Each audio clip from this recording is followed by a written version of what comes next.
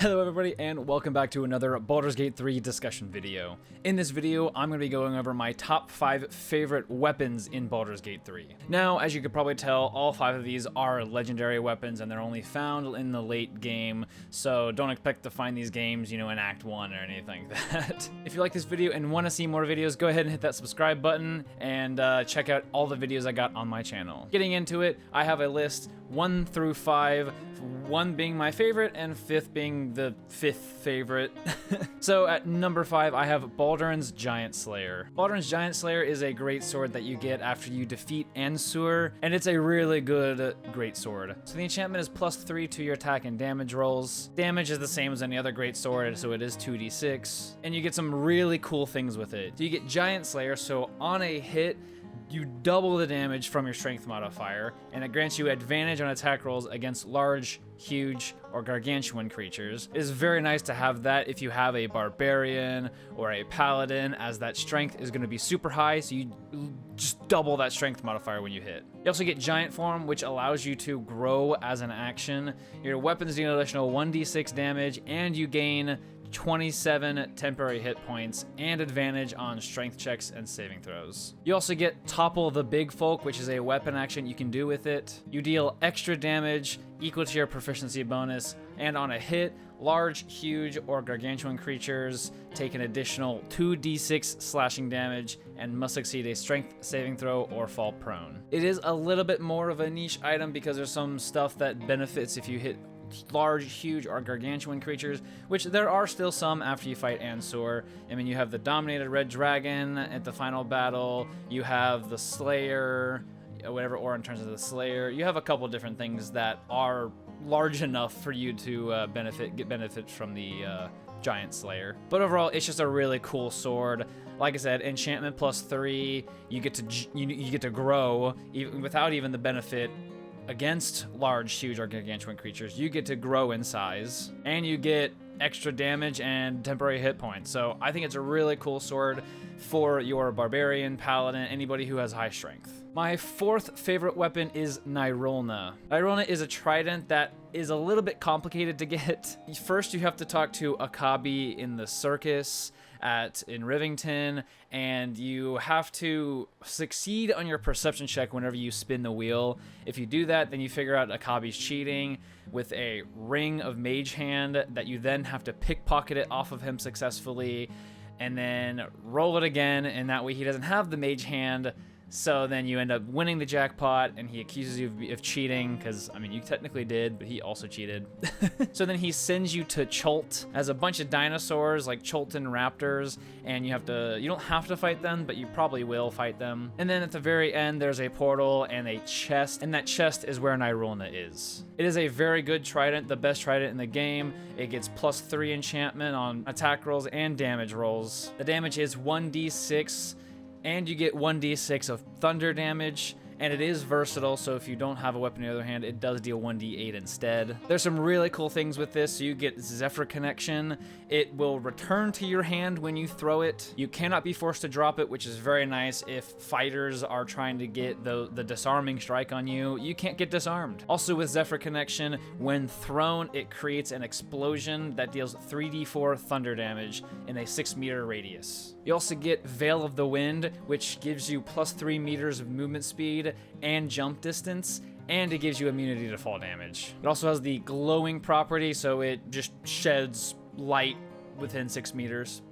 And then you get 2 weapon actions. The first one is Zephyr Flash. So you rush forward, there's an air vortex, blast foes, and possibly inflicts bleeding. And you get Zephyr Break. So Zephyr Break imitates the effects of Gust of Wind while also dealing thunder damage. This one is really cool if you're playing any sort of melee slash ranged, because it really makes you want to throw it. So it might be nice for like monks or fighters, but personally I think it works best with Path of the Giants Barbarian, because you already get a bonus and a bunch of cool things with throwing your weapons.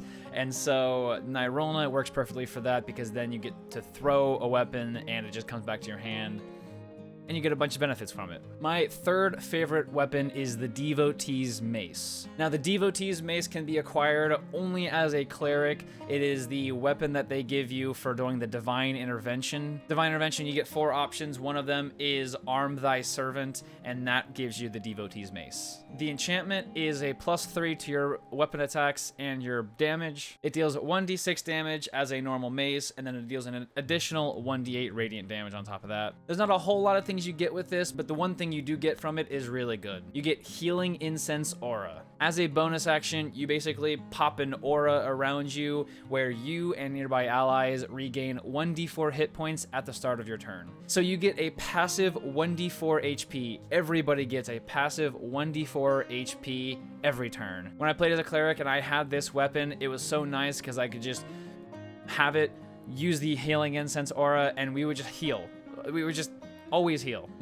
Not only that, but if you finish a battle and your Healing Incense Aura is still in effect, you heal pretty much every 6 seconds or every turn.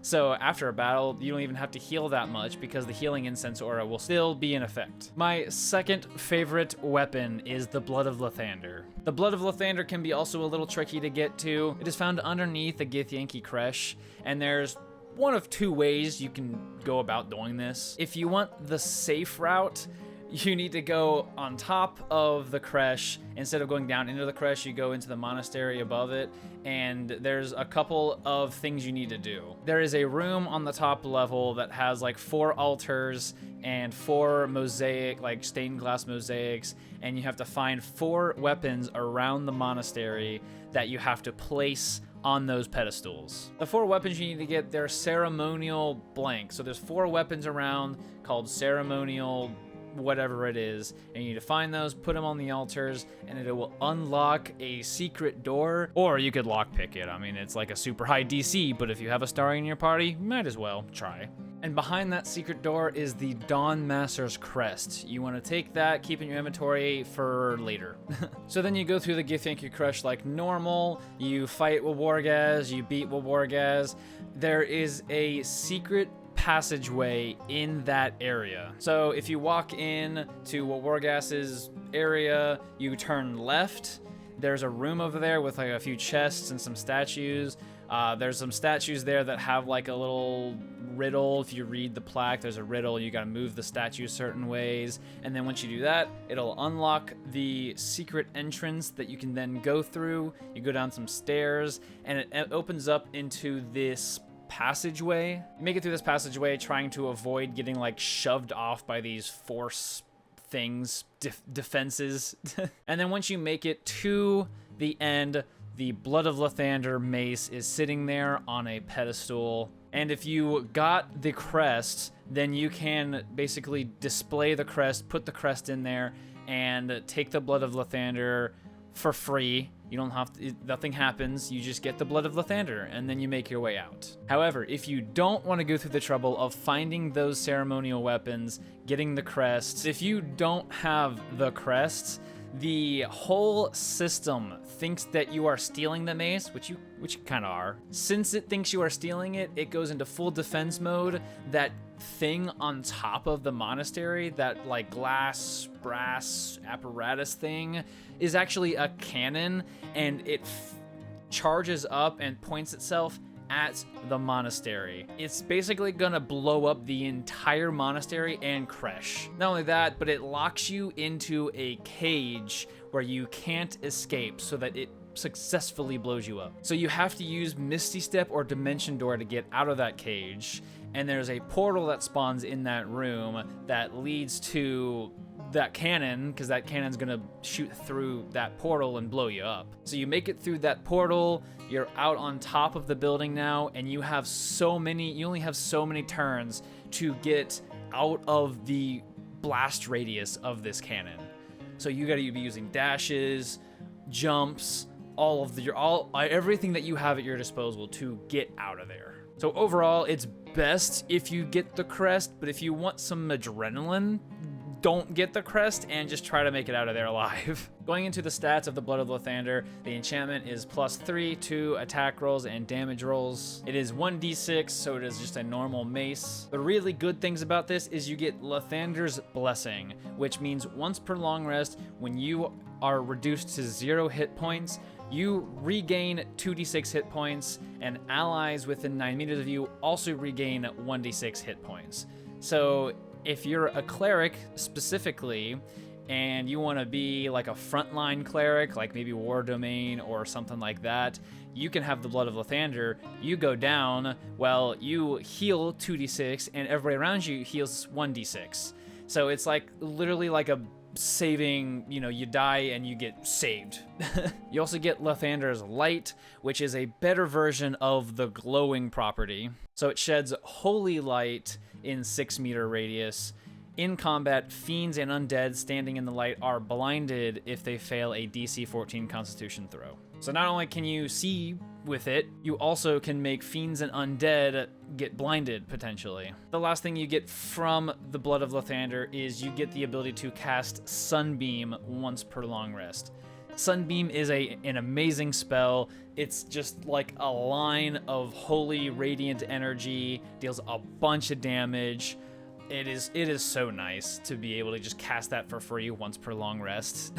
Especially because clerics in Baldur's Gate 3 don't have access to the Sunbeam spell. You can get the Sunbeam spell from the Blood of Lathander. Now, finally, my favorite weapon, number 1 weapon in Baldur's Gate 3 is Marco Heshkir. Now, I really like Marco Heshkir mainly because I primarily play spellcasters. This may not be your favorite weapon, but for me, it is the best spellcasting weapon ever in the game. You get Marco Heshkir in Ramazeth Tower if you go to Loroakin and you talk to him about the Night Song. You don't get hit from killing him. It's actually in a lower area of Ramazeth Tower where there's 2 items there. There's Robe of the Weave and Marco Heshkir. So when you're at Loroakin's main area, there's some, you can either fly depending on what abilities you have, or there's some floating tables that you can jump down to a secondary level, and there's a bunch of pedestals around the perimeter of that area. You can walk around, you can get perception checks to see these plaques that are next to these pedestals, and these pedestals can be clicked. And there's one specific one that needs to be clicked. If you click that one, it'll teleport you down to a further level down where the Marco Heshkir and Robe of the Weave are. Now, they're protected by globes of invulnerability, so you can't just go take them. You first need, whether you have the spell or a spell scroll, or you have Volo's Eye, you need to use See Invisibility. If you use See Invisibility, you'll see 2 levers in front of each of those globes of invulnerability. You need to click that, make an Arcana check, and if you succeed, the globe of invulnerability goes away. Now, if you fail, you get blasted with necrotic energy, so that's not fun. But if you succeed, then the globe of invulnerability goes away, and you can then loot whatever was behind that one. Going into the stats for Marco Heshkir, the enchantment is a +2 to attack rolls and damage rolls. It is 1d6, but it is also versatile, so you can do 1d8 with it if you're not wielding anything in your offhand. And the benefits you get from it, you get arcane enchantment, so you get +1 bonus to spell save DC and spell attack rolls. You get Arcane Battery, which is the best part about this. You can make it to where you can cast a spell without expending a spell slot. So if I were you, I would use these for your high level spells. That way you can cast another high level spell for free. The other really cool thing you get from this is called Kareska's Favor. And Kareska's Favor does a couple of really cool things. So you do get Kareska's Favor once per short rest, so I would just recommend using it every short rest. There's no downfall to it. It lasts, it doesn't have a time frame. It just lasts until a rest, so use it because it's better to use it outside of combat than to use an action to do it in combat. When you do Kareska's Favor, you get to choose one of 6 different variants of Kareska's Favor, all of them themed around a specific elemental damage. Each one of these variants adds damage equal to your proficiency bonus of the chosen type, and it gives you resistance to that damage type. So first is Bolts of Doom. It boosts lightning damage, and you get resistance to lightning damage. Spells you cast generate lightning charges, and you get 2 spells. You get Lightning Bolts and Chain Lightning. The next one is Bone Shaking Thunder. It boosts thunder damage. You get resistance to thunder damage. Spells inflict reverberation. And it gets you, and the spells it gives you is Shatter and Destructive Wave. Next is Deadlier Than Arsenic. It boosts poison damage. You get resistance to poison damage. Spells inflict poisoned, and the 2 spells you get are Ray of Sickness and Cloud Kill. The next one is Flame of Wrath. It boosts fire damage. You get resistance to fire damage. Spells generate heat, and the 2 spells you get are Fireball and Wall of Fire. The next one is Frosts of Dark Winter, which boosts cold damage, gives you resistance to cold damage. Spells inflict frost, and the 2 spells you get are Ice Storm and Cone of Cold. And the last one you can do is Sizzling Cataclysm, which boosts acid damage, gives you resistance to acid damage. Spells inflict Noxious Fumes, and the 2 spells you get are Melf's Acid Arrow and Hunger of Hadar. So I just really like the versatility with this. You get a bunch of different spells, you get buffs depending on what element and a damage type that you want to focus on, and I change it up all the time, you know? Like sometimes if I want to do Reverberation, I'll do the Bone Shaking Thunder, and sometimes if I want to get lightning charges, I'll choose Bolts of Doom. So it's really cool to get that versatility and that difference whenever you feel like it, you know, you can just switch it up. So those were my top 5 favorite weapons in Baldur's Gate 3. I hope you guys enjoyed this video. If you have any questions, just let me know down in the comments below. I will answer them. Let me know what your favorite weapons are in Baldur's Gate 3. I'm curious to see what you guys think, you know? Like I said, all of these were legendary weapons. Maybe you guys have a favorite that's not legendary, you know? But that'll be it for this video. So thank you guys so much for watching, and I'll see you in the next video.